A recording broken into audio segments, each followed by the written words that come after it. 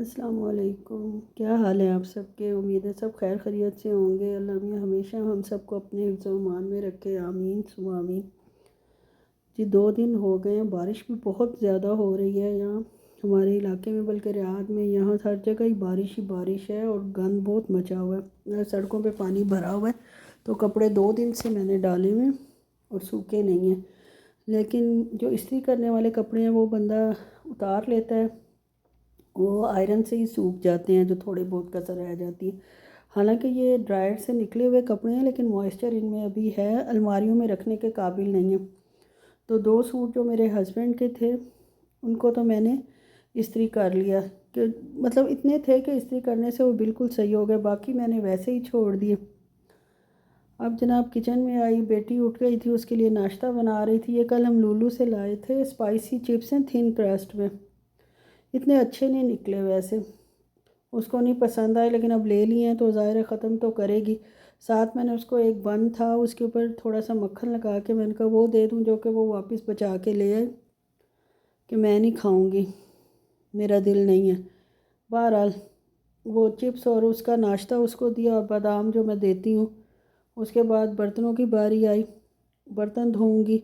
आज काम ज़्यादा है, वीकेंड के बाद आपको पता है काम ज़्यादा ही होता है। वीकेंड पे बंदा थोड़ा सा स्लो ही होता है। एक तो बाहर भी माशाल्लाह जाना होता है, फिर दूसरा घर में भी दिल नहीं करता जब सब हो के बंदा यही काम ही सिर्फ करता रहे। मेरे पास चने पड़े हुए थे, कुछ फ्रोज़न थे और कुछ मैंने कुछ बनाया था, थोड़ा सा किसी चाट वगैरह में डाले थे, हाफ़ बाउल वो था। और थोड़े से जो थे वो मैंने एक पैकेट फ्रोज़न चनों का निकाल लिया, अब उसकी तैयारी कर रही हूँ। उसके लिए मैंने वन आधा से भी थोड़ा प्याज लिया था, लहसुन थोड़ा ज़्यादा लिया, और बस ऑयल डालकर इनको लाइट ब्राउन कर लिया। लाइट ब्राउन करने के बाद अदरक क्योंकि चॉप थी वो फिर बाद में डाली, उसको भी लाइट ब्राउन कर लिया। फिर टमाटर और हरी मिर्चें डालकर टमाटरों को सॉफ़्ट होने दिया, और जब तक ये सॉफ़्ट होते हैं अब मेरी जहन में नेक्स्ट प्लानिंग चल रही है कि नेक्स्ट मैंने क्या करना है। काम तो आपको पता है कि माशाल्लाह एक दफ़ा शुरू कर दो तो बस बंदा सोचता ही रहता है कि उसको ख़त्म कैसे करे।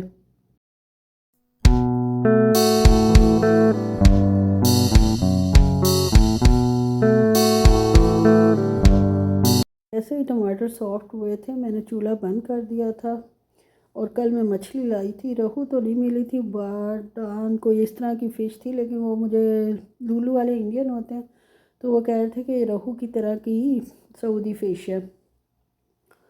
तो काटना तो माशाल्लाह सऊदी, मतलब सऊदी काटें फ़िश या इंडियन काटें या पाकिस्तानी काटें, सऊदीया में तो बस सब एक जैसी ही काटते हैं। इसको अच्छा भला साफ़ करना पड़ा था, अंदर काफ़ी इसके यार क्लीन भी नहीं करते, आंखें भी नहीं निकालते, पता नहीं करते क्या हैं ये। बहरहाल ज़ाहिर है सर्दी है, दिल भी करता है, और आजकल तो मुझे फ़िश का जुनून हुआ हुआ है कि इधर ख़त्म होती है उधर मैं फ़्रेश लेके आ जाती हूँ। फ्रोज़न तो अच्छी नहीं लगती मुझे, मेरे मियाँ खा लेते हैं बोनलेस, लेकिन मुझे नहीं अच्छी लगती है। वो जो मटेरियल था ठंडा होने के लिए रखा था, जब टमाटर सॉफ्ट हो गए थे वो ठंडा हो गया था। अब उसकी जनाब पेस्ट बना लूँगी।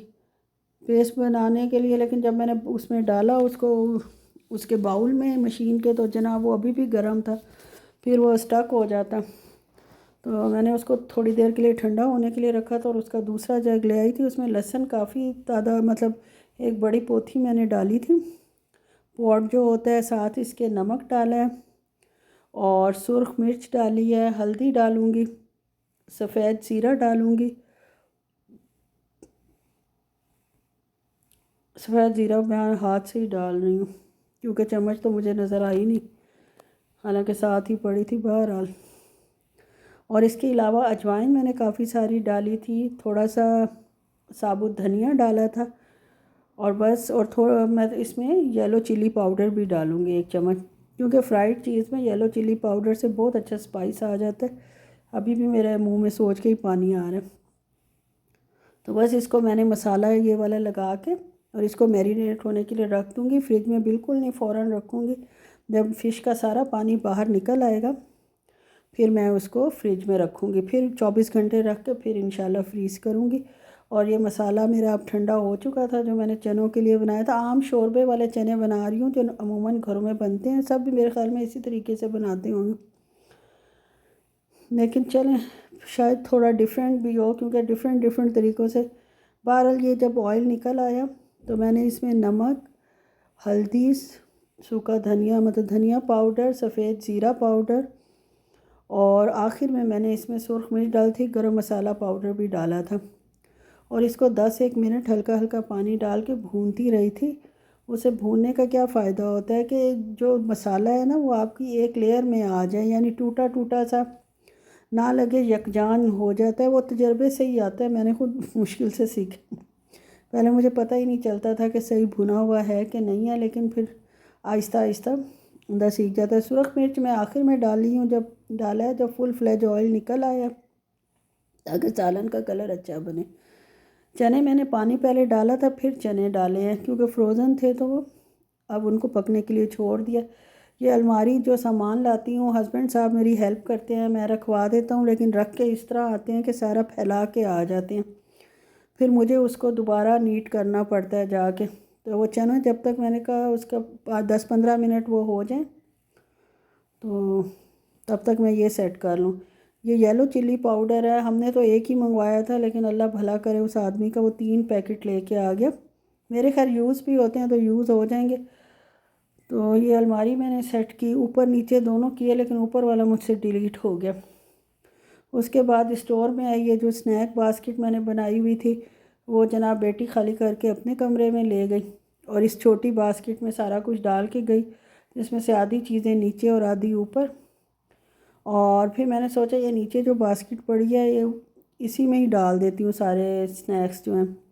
लेकिन मसला क्या हुआ कि जब मैंने इसे खोला तो ये तो मेरी समझ से ही बाहर काम था। ये मियाँ साहब ने अपनी चीज़ें संभाली हुई थी, टूल्स वगैरह और सारा कुछ, और मुझे समझ भी नहीं आनी थी रखूँगी कहाँ, और रख दिया तो फिर उनको बताऊँगी कहाँ जब वक्त आने पे।